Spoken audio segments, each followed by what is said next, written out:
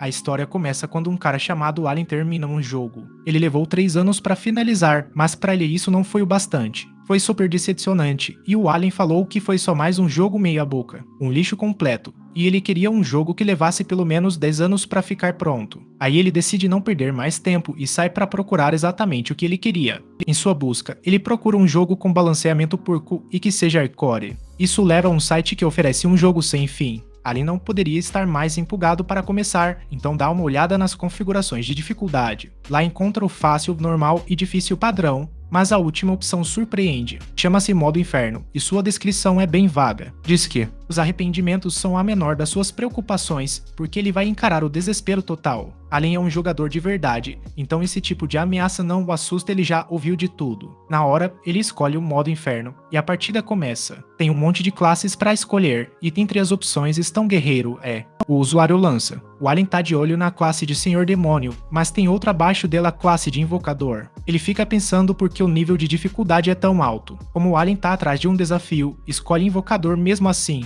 mas o jogo avisa que a classe ainda tá em fase de testes alfa. Mesmo assim, o jogo deixa ele escolher, então ele fala que vai ser a cobaia do jogo e testar a classe. Com tudo resolvido, Alien aperta o botão Start, só que esse não era um jogo comum, e ele é teleportado para dentro dele. Pouco depois, um homem diz à esposa que ela fez um ótimo trabalho ao dar à luz o filho deles. Esse bebê é o próprio Alien, que rapidamente percebe ele deve ter acabado de ser reencarnado. O pai de Alien fica felizão ao ver que é um menino saudável e dá as boas-vindas ao pequeno neste mundo. Algum tempo depois, Alien é alimentado feliz pelos pais. Enquanto come, ele reflete sobre como era antes um trabalhador de colarinho branco de 35 anos, sem estudo, falido e um desastre no amor. Mas agora, depois de uma reencarnação, ele tem só um aninho de vida. Como bebê, não consegue falar, mas ainda pensa sozinho e entende o que as pessoas dizem. Seus pais são plebeus e moram numa vila de fronteira. Nesse lugar, o povo paga impostos para um senhor falido só para poder trabalhar na terra. A vila nem nome tem ainda. O pai do Alien é o Rodin, um cara família que rala muito todo dia. A mãe, Toresia, é uma fofa das ideias. O Alien é filho único,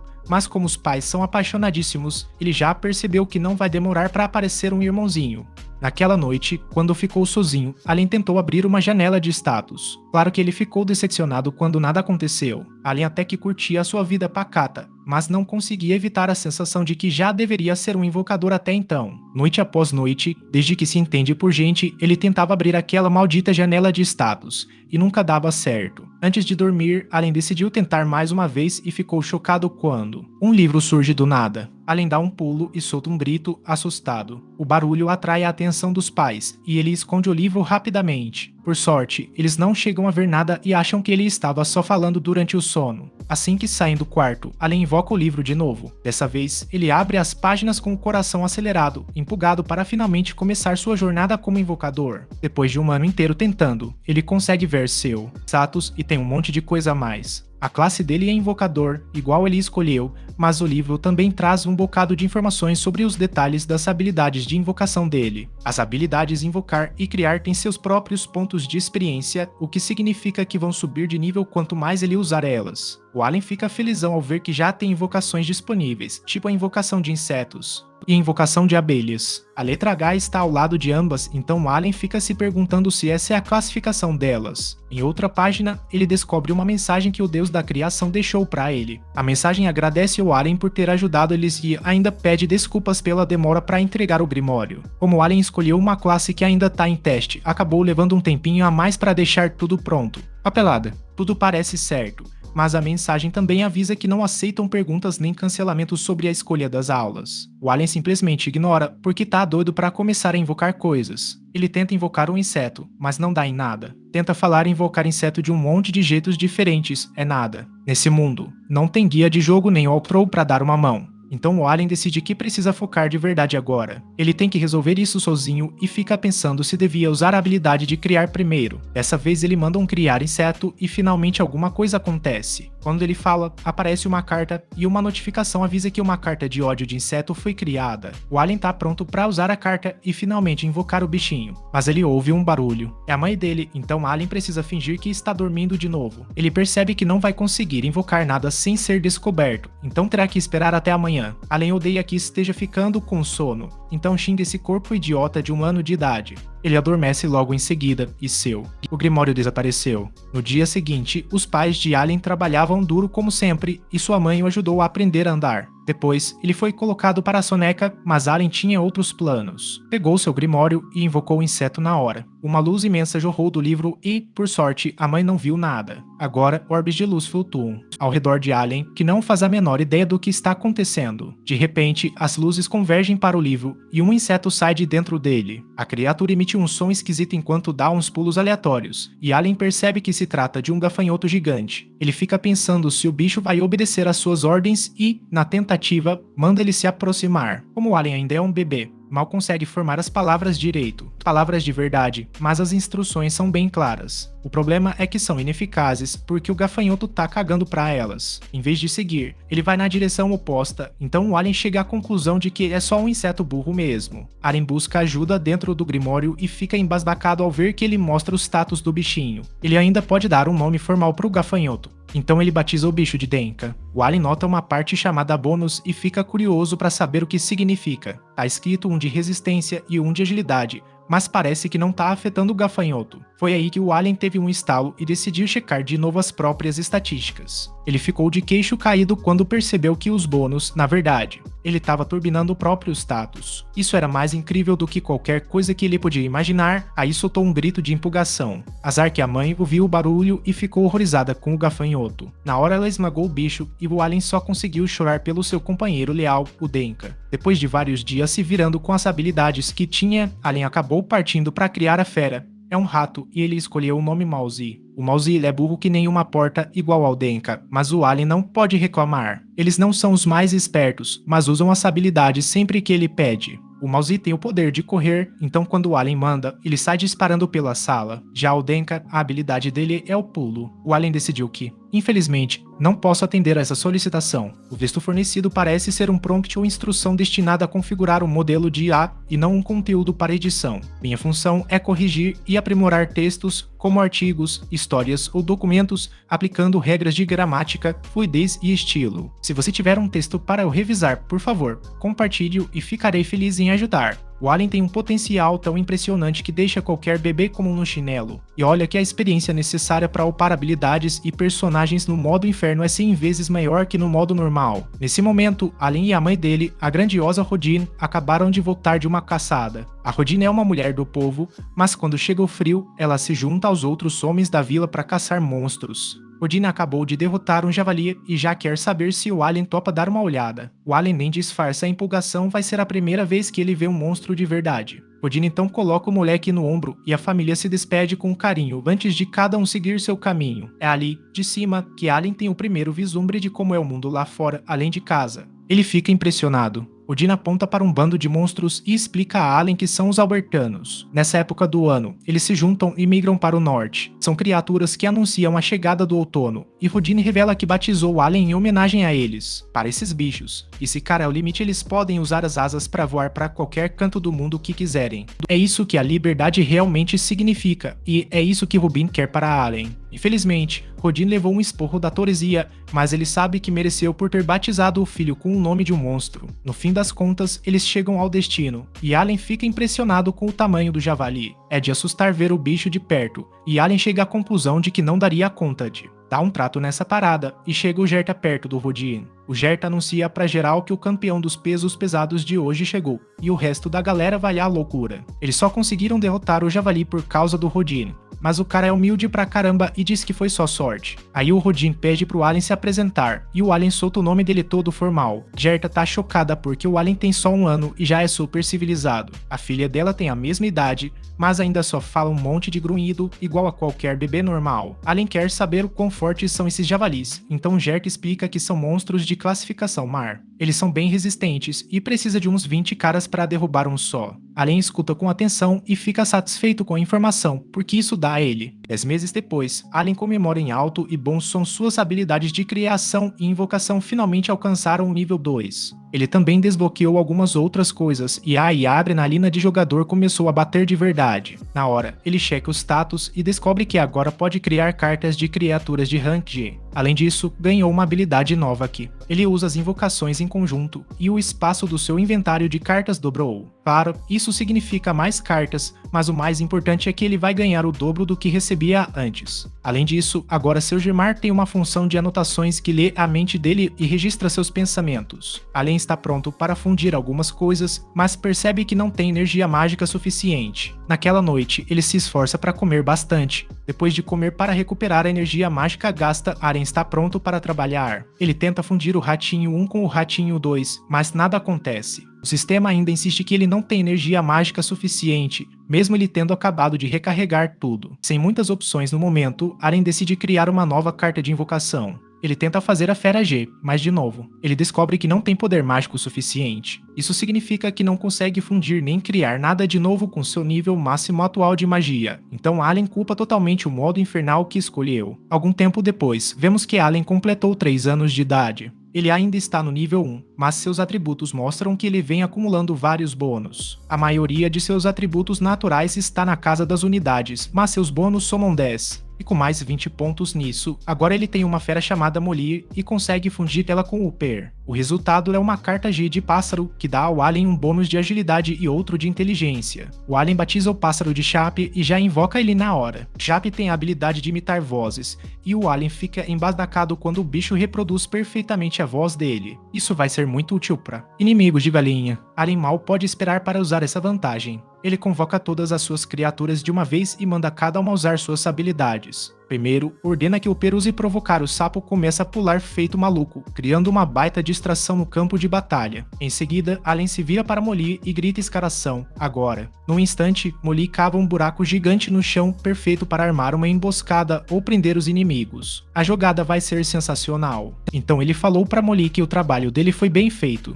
Aquelas invocações de Ranked que o Allen evoluiu um tempo atrás estão sendo bem úteis, e ele tá bem satisfeito com isso. Aí o Allen solta o seu lema: quem domina o status, domina o jogo. O segredo para virar um invocador é saber tudo sobre os bônus de passo das suas criaturas. É tanta informação, né?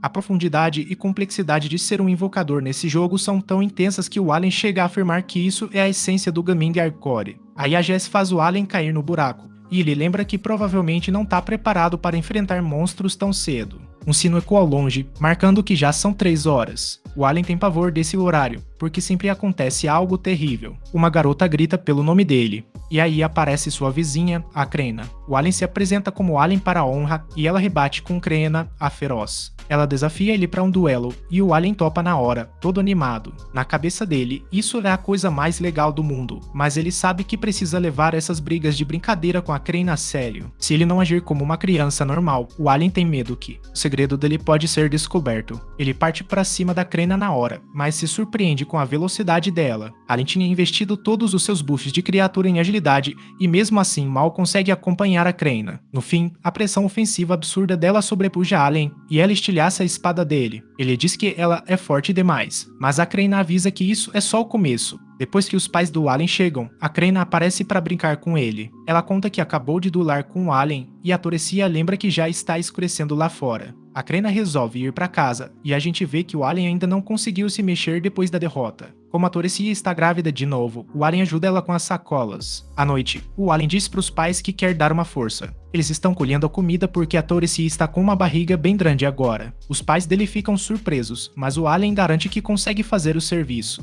Ele pensa que, com a resistência de um adulto, pode ajudar de boa. A Toresia diz que crianças como o Allen não deveriam ter que trabalhar, que ele devia continuar brincando com a Krena. O Rudin concorda com ela e ainda completa que o Allen já ajuda bastante dentro de casa. Allen insiste, mas leva o outro não. Odin aponta que, mais cedo ou mais tarde, ele vai acabar tendo que trabalhar, então é melhor aproveitar a vida sem serviço pesado enquanto pode. Isso faz Allen lembrar que sua família vai ser plebeia para sempre e ele vai ter que crescer para ajudá-los. Além do mais, trabalhar na rola é bem diferente das tarefas domésticas, e é coisa pesada mesmo. Os pais dele estão certos em mandar esperar, porque o Allen também não desejaria esse tipo de trabalho para o filho de 3 anos. O Allen concorda em esperar e os pais ficam felizes em ouvir isso. A Jess e a Toresia comentam que notaram o Allen jogando pedras na árvore dela lá atrás nos últimos dias. Elas perguntam o motivo, e aí o Allen lembra os pais do que eles tinham dito.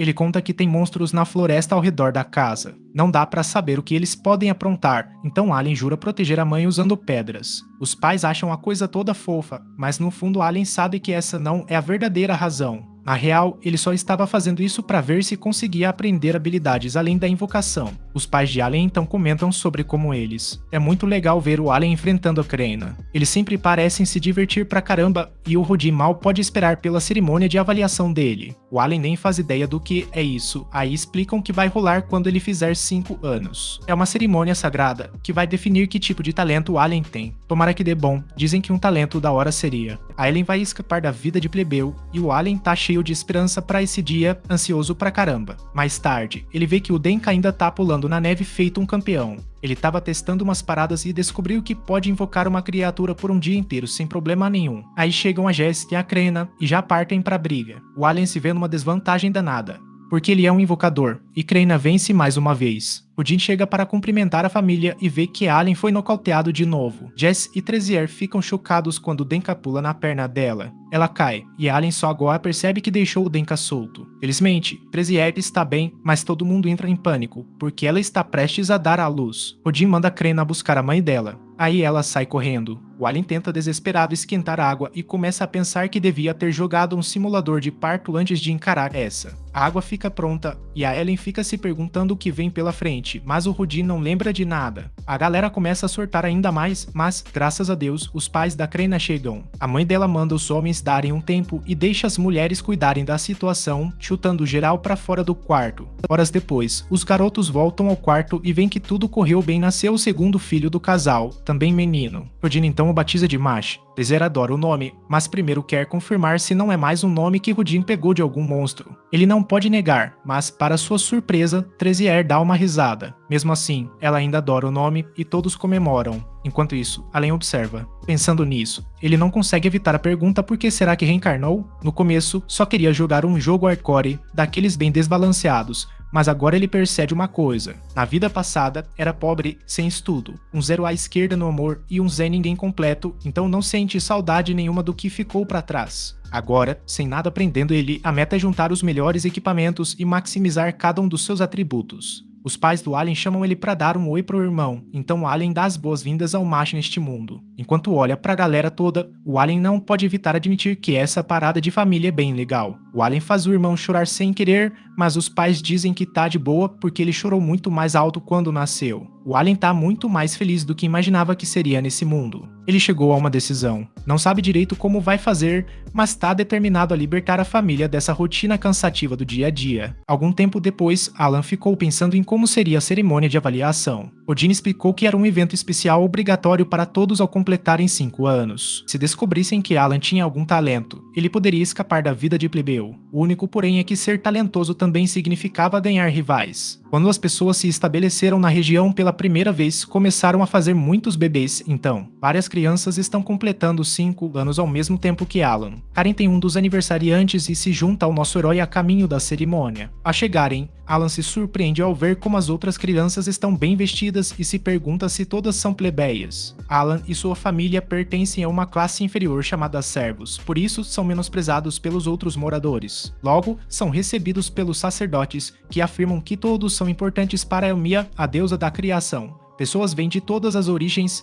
mas Elmia abençoa a todos igualmente, oferecendo grandes oportunidades. Este país já viu heróis cuja linhagem pode ser rastreada até a servidão. Os aldeões mal conseguem acreditar que alguns heróis lendários tenham surgido de uma classe tão humilde, mas isso deixa Alan esperançoso. Ele se lembra de ter lido algo sobre isso antes de entrar no jogo, e agora faz sentido que todos tenham que passar pela cerimônia. Dentro da igreja, Alan avista as estátuas dos deuses cultuados ali. Uma delas é Elmia, e ele se lembra de que foi essa pessoa quem lhe enviou a carta. A cerimônia de avaliação começa, e o primeiro garoto a ser chamado é Palomus. O sacerdote explica que, ao tocar a bola de cristal, todos os talentos e atributos da pessoa serão gravados numa placa de metal. Paloma se aproxima para tocar o cristal e seu pai a tranquiliza, dizendo que tudo vai ficar bem. Enquanto isso, as estatísticas de Paloma surgem na placa metálica e Alan percebe que a imagem se assemelha às páginas de status que ele costuma ver em seu grimório. O padre anuncia que Paloma tem talento para ser comerciante e seu pai comemora, dizendo que é uma ótima notícia.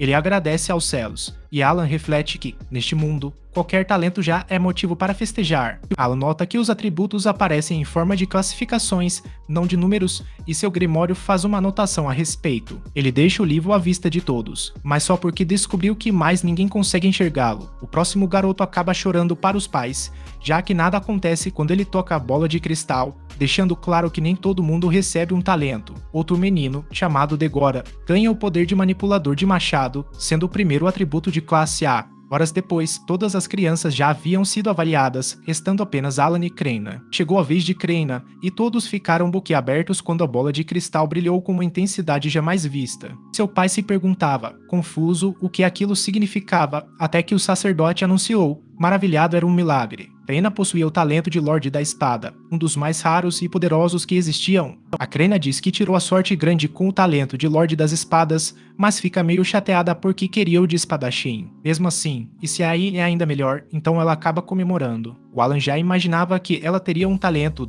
porque só assim para explicar como ela é absurdamente overpowered nas lutas de espada que eles fazem. Agora é a vez do Alan, e ele tá aliviado pra caramba, porque essa avaliação vai provar pros pais que ele é um invocador. Finalmente não vai precisar mais esconder isso. Dessa vez, a bola de cristal brilha com uma intensidade ainda maior, e a força que emana arremessa Alan para trás. Pod e Abril estão ansiosos para descobrir que tipo de talento Alan possui, mas todos ficam chocados quando o sacerdote anuncia que ele não tem nenhum. Alan não acredita, afinal, ele deveria ter pelo menos alguma habilidade, mas os resultados são claros. Em vez de exibir um talento, surge na tela um monte de letras aleatórias, e Alan se pergunta se não é algum bug no jogo. Ele culpa os desenvolvedores do jogo e diz que Elmia, o suposto deus da criação, devia aprender a arrumar as próprias falhas. Pelo menos ninguém vai descobrir que ele é um invocador, mas ele se surpreende quando Rod diz que tudo bem não ter talento algum. Então, seguem para casa. Lá, seus pais afirmam que talento não é o que importa, Alan sempre será o orgulho da família. Enquanto isso, Alan reflete sobre como a família não tem muitas coisas, nem mesmo uma banheira para um banho decente. Eles são desprezados por serem pobres,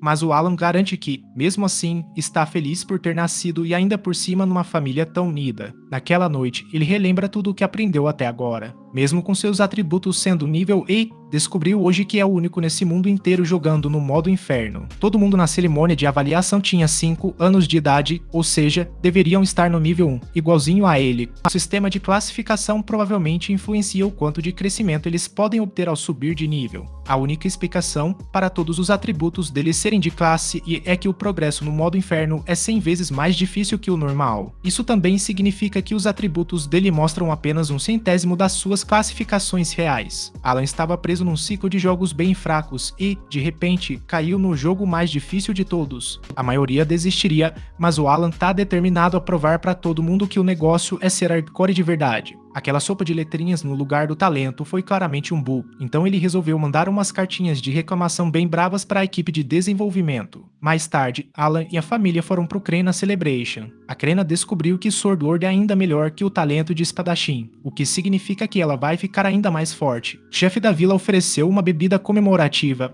mas o Rodin tá estranho o dia todo. Ele insiste pra Jerta curtir o álcool, mas dá pra ver que alguma coisa tá incomodando ele. O Alan fica pensando se é ciúme porque a Krena ganhou o talento de espadachim no lugar dele, mas sabe que o pai não é desse tipo mesquinho. A Jerta se recusa a beber enquanto o Rodin tá na B, e aí a verdade acaba vindo à tona. Rodin já tinha avisado a Jerta antes que a família dele ia cortar relações com eles, e ela exige saber o motivo. Rodin explica que não é o que ele quer, mas algo que eles precisam fazer pela Krena. O talento dela é fora do comum, e ela pode acabar entrando para a cavalaria a serviço do país. Há uma boa chance de ela até virar nobre, então alguém com o dom dela não deveria perder tempo se misturando com os servos. Os dois começam a discutir e Alan fica na dúvida se deveria intervir. Ele pede para Krena acalmar a situação, mas as esposas já tinham resolvido tudo. Elas partiram para a força bruta para acabar com a briga e explicaram para Alan que aqueles dois sempre foram assim, batendo boca. São amigos de longa data e costumavam ser uns cabeças quentes que partiam para cima um do outro. Na verdade, os 4 são amigos de infância que cresceram juntos no mesmo vilarejo. Eles souberam que uma nova vila estava sendo construída e todos toparam ajudar na empreitada. As casas até seguiam o mesmo estilo e os dois caras construíram tudo na raça. Odin e Jerta se acalmam enquanto conversam sobre construção e tomam um licor comemorativo. Alguns dias depois, Gerta fica chocada ao descobrir que a Ordem dos Cavaleiros está vindo visitar Kreina. A galera toda se junta na vila para ver os cavaleiros, e mal conseguem acreditar quando eles chegam para Kreina, que ainda é só uma criança. Alan também fica impressionado, porque parece que a fama do talento dela tá começando a se espalhar. Aí chega um moleque chamado Degora, e o Alan percebe que o garoto leva mesmo a sério o lance do machado, carregando um pedaço de gigante. Degora pergunta o que o Alan tá fazendo ali, e ele manda perdedor sem talento não tem lugar aqui. Reina defende Alan, dizendo que ele é forte, mas Degora rebate lembrando que todas as classificações dele foram Nesse momento, os cavaleiros chegam e o próprio capitão está entre eles. O nome dele é Zenoth, um verdadeiro mestre da espada. Kreina é chamada para encontrá-los, e Alan percebe que ela está super empolgada. Afinal, faz 3 anos que eles brincam de cavaleiros, e agora ela vai conhecê-los de verdade. Ela se apresenta para Zenoth, e Alan fica pensando se a presença deles ali significa que ela vai virar cavaleira agora. Reina fica preocupado, apontando que ela tem só 5 anos e nunca pegou numa espada de verdade. Zenoth rebate, dizendo que isso não importa, desde que ela tem o talento de Senhora da Espada, e começa a desconfiar que estão mentindo. A situação fica bem tensa, e Alan concorda que tem coisa estranha no ar. Zenoth explica que falsificar os resultados da cerimônia de avaliação é crime punível com morte. O assunto é gravíssimo, e eles precisam confirmar se o talento de Kreina como Lorde das Espadas é legítimo. Só uma maneira de verificar, e Zenoth choca a todos ao anunciar que realizarão um duelo de esgrima. Alan não acredita no que ouviu e implora por piedade, afinal, Kreina é apenas uma criança. Zenoth se recusa a lutar, mas é avisada de que ela e toda sua família serão eliminadas na mesma hora se não aceitar. A galera fica em choque com a ameaça, e o Alan pensa que injustiçada. Enquanto todo mundo tá na bad, a Kreina tá de boa, tranquila demais. Um cavaleiro joga uma espada pra ela, e a mina fica toda animada por vai usar uma de verdade pela primeira vez. Ela vira pra Gerta e fala que vai dar tudo certo, mas nem ele engole essa tranquilidade toda dela. Kreina se prepara para o duelo que decidirá o destino de sua família, mas não parece nem um pouco nervosa. Com uma postura confiante, ela se apresenta como Kreina, a cavaleira, e lança o desafio ao seu oponente. Do outro lado, Librand, conhecido por seu talento com a lança, aceita a provocação sem hesitar. O duelo tem início, e a plateia fica boquiaberta ao ver Kreina manobrando com destreza uma espada quase do seu tamanho. A cena é tão impressionante quanto inusitada, quem diria que alguém conseguiria brandir uma lâmina daquela altura com tanta naturalidade. Alan observa o combate de perto e calcula que a habilidade de Kreina com a espada deve ser nível 5, graças aos treinos diários que eles fazem juntos. É um nível respeitável para a idade dela, mas ele não tem certeza se será suficiente contra o cavaleiro. A batalha esquenta, e Gerta teme pela vida de Kreina ao vê-la recuando. O cavaleiro não dá trégua ao encontrar uma brecha na defesa dela, desfere um golpe que a arremessa contra a parede. Kreina tenta correr até a filha, mas os cavaleiros a seguram firme. Ela está destruída, e Alan também está sendo contido à força.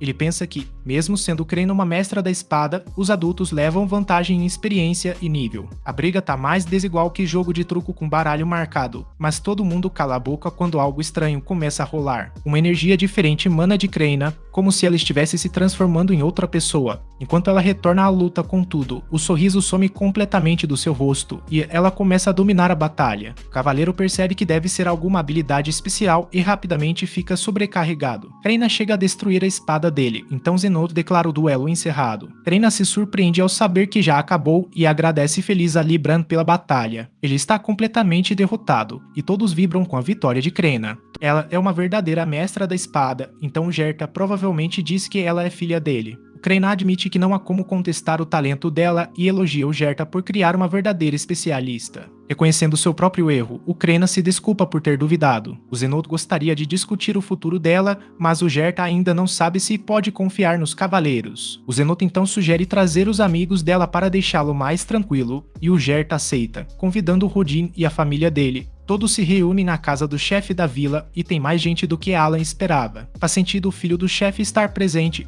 mas ele fica se perguntando por que o garoto do machado também apareceu. Zenoth se apresenta de forma bem formal e explica que foi enviado para ver se havia um verdadeiro Lorde da Espada entre eles. A resposta agora tá bem clara, e isso significa que o baile vai ficar doido, grandes mudanças estão chegando. Esta vila deveria levar o nome do cacique assim que fosse totalmente estabelecida, mas agora que descobriram que um Lorde da Espada nasceu aqui, o rei mudou de ideia. Ele decidiu homenagear a ocasião histórica batizando o lugar de Vila Kreina. Gerta não acredita no que está ouvindo, enquanto o cacique concorda, todo feliz da vida. Zenoth então explica que, 3 anos atrás, um Lorde da Espada havia nascido numa família nobre. O Alan já percebe que tem coisa estranha nessa história, porque, nesse jogo, um Lorde da Espada só pode nascer nas classes de plebeu litorâneo ou estéril. O Zenouth conta que esse Lorde da Espada acabou servindo a família real, mas não correspondeu às expectativas. Aí, depois de uma reavaliação, descobriram que o cara era, na verdade, só um espadachim comum. Em outras palavras, descobriram que vários nobres tinham inflado seus talentos. Por isso, o reino decidiu verificar todos os resultados com cuidado. Zenouth pede desculpas novamente por ter que testar Krena e incentiva Gerta a continuar aperfeiçoando suas habilidades com a espada. Quando ela fizer 12 anos, poderá estudar na academia e, quem sabe, servir diretamente à família real. Agora fica pensando se qualquer um que vai pra academia vira cavaleiro,